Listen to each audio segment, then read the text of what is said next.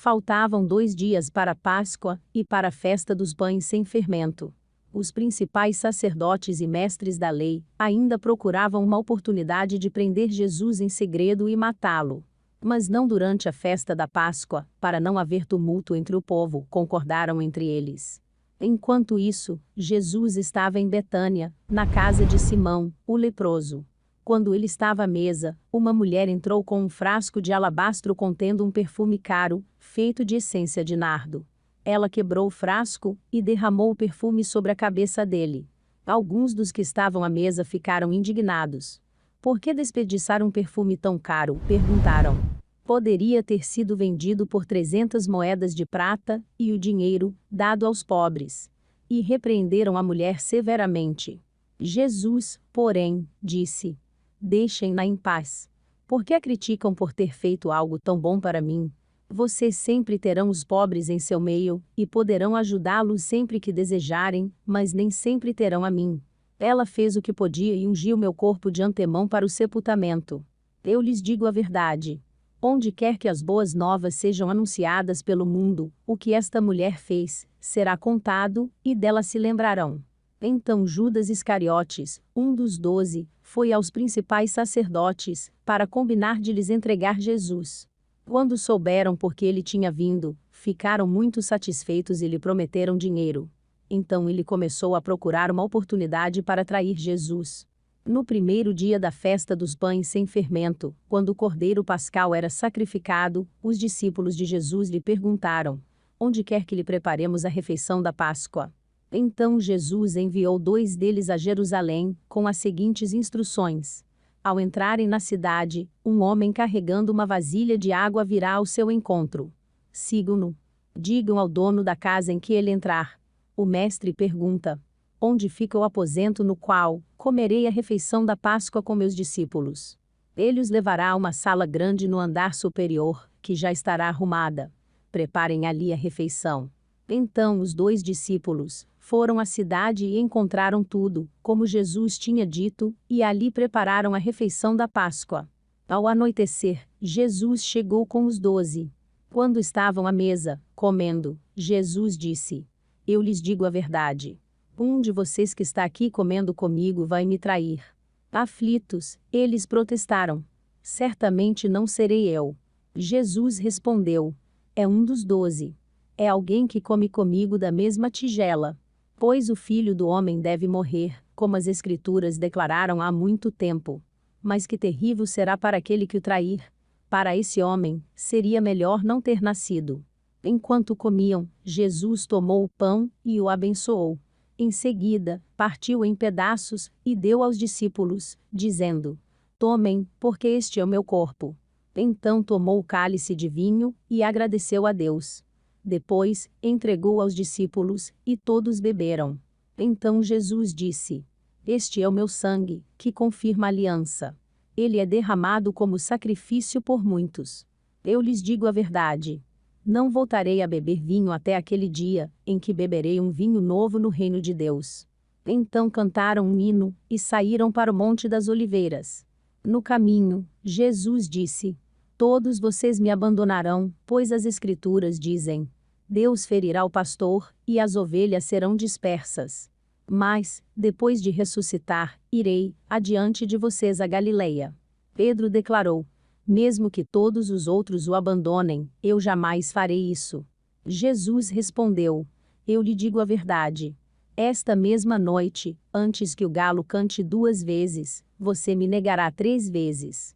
Pedro, no entanto, insistiu enfaticamente: mesmo que eu tenha de morrer ao seu lado, jamais o negarei.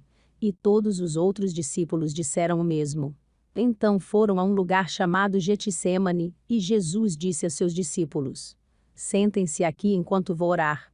Levou consigo Pedro, Tiago e João. E começou a sentir grande pavor e angústia. Minha alma está profundamente triste, a ponto de morrer, disse ele.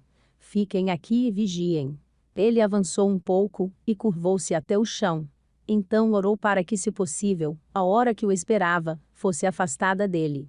E clamou: Abba, Pai, tudo é possível para ti. Peço que afastes de mim este cálice. Contudo, que seja feita a tua vontade, e não a minha. Depois, voltou aos discípulos, e os encontrou dormindo. Simão, você está dormindo? Disse ele a Pedro. Não pode vigiar comigo, nem por uma hora. Vigiem e orem para que não cedam à tentação, pois o espírito está disposto, mas a carne é fraca. Então os deixou novamente, e fez a mesma oração de antes. Quando voltou pela segunda vez, mais uma vez encontrou os discípulos dormindo, pois não conseguiam manter os olhos abertos. Eles não sabiam o que dizer. Ao voltar pela terceira vez, disse: Vocês ainda dormem e descansam? Basta, chegou a hora. O Filho do Homem está para ser entregue nas mãos de pecadores. Levantem-se e vamos. Meu traidor chegou. No mesmo instante, enquanto Jesus ainda falava, Judas, um dos 12, chegou com uma multidão armada de espadas e pedaços de pau. Tinham sido enviados pelos principais sacerdotes, mestres da lei e líderes do povo. O traidor havia combinado com eles um sinal. Vocês saberão a quem devem prender, quando eu o cumprimentar com um beijo. Então poderão levá-lo em segurança. Assim que chegaram, Judas se aproximou de Jesus. Rabi, exclamou ele, e o beijou. Os outros agarraram Jesus, e o prenderam. Mas um dos que estavam com Jesus, puxou a espada e feriu o servo do sumo sacerdote, cortando-lhe a orelha. Jesus perguntou: Por acaso sou um revolucionário perigoso, para que venham me prender com espadas e pedaços de pau? Por que não me prenderam no templo? Todos os dias estive ali, no meio de vocês, ensinando. Mas estas coisas estão acontecendo, para que se cumpra o que dizem as Escrituras. Então todos o abandonaram e fugiram. Um jovem que o seguia vestia apenas um lençol de linho. Quando a multidão tentou agarrá-lo, ele deixou para trás o lençol e escapou nu. Levaram Jesus para a casa do sumo sacerdote, onde estavam reunidos os principais sacerdotes, os líderes do povo e os mestres da lei. Pedro seguia Jesus de longe, e entrou no pátio do sumo sacerdote. Ali, sentou-se com os guardas, para se aquecer junto ao fogo. Lá dentro, os principais sacerdotes e todo o conselho dos líderes do povo tentavam, sem sucesso, encontrar provas contra Jesus, para que pudessem condená-lo à morte. Muitas testemunhas falsas deram depoimentos, mas elas se contradiziam. Por fim, alguns homens se levantaram e apresentaram o seguinte testemunho falso. Nós o ouvimos dizer: Destruirei este templo feito por mãos humanas, e em 3 dias construirei outro, não feito por mãos humanas. Mas nem assim seus depoimentos eram coerentes. Então o sumo sacerdote se levantou diante dos demais e perguntou a Jesus: Você não vai responder a essas acusações? O que tem a dizer em sua defesa? Jesus, no entanto, permaneceu calado e não deu resposta alguma. Então o sumo sacerdote perguntou: Você é o Cristo, o Filho do Deus bendito? Eu sou, disse Jesus. E vocês verão o Filho do Homem sentado à direita do Deus poderoso, e vindo sobre as nuvens do céu. Então o sumo sacerdote rasgou as vestes, e disse: Que necessidade temos de outras testemunhas?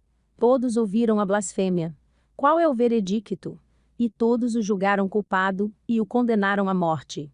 Então alguns deles começaram a cuspir em Jesus. Vendaram seus olhos e lhe deram socos. Profetize para nós, zombavam. E os guardas lhe davam tapas enquanto levavam. Enquanto isso, Pedro estava lá embaixo, no pátio. Uma das criadas que trabalhava para o sumo sacerdote passou por ali. E viu Pedro, se aquecendo junto ao fogo.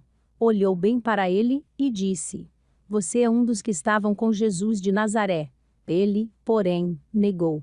Não faço a menor ideia do que você está falando, disse, e caminhou em direção à saída. Naquele instante, o galo cantou. Quando a criada o viu ali, começou a dizer aos outros: Este homem com certeza é um deles. Mas Pedro negou novamente. Um pouco mais tarde, alguns dos que estavam por lá confrontaram Pedro, dizendo: Você deve ser um deles, pois é galileu. Ele, porém, começou a praguejar e jurou: Não conheço esse homem, de quem vocês estão falando. E, no mesmo instante, o galo cantou pela segunda vez. Então Pedro se lembrou das palavras de Jesus: Antes que o galo cante 2 vezes, você me negará 3 vezes. e começou a chorar. Marcos 14, do 1 ao 72.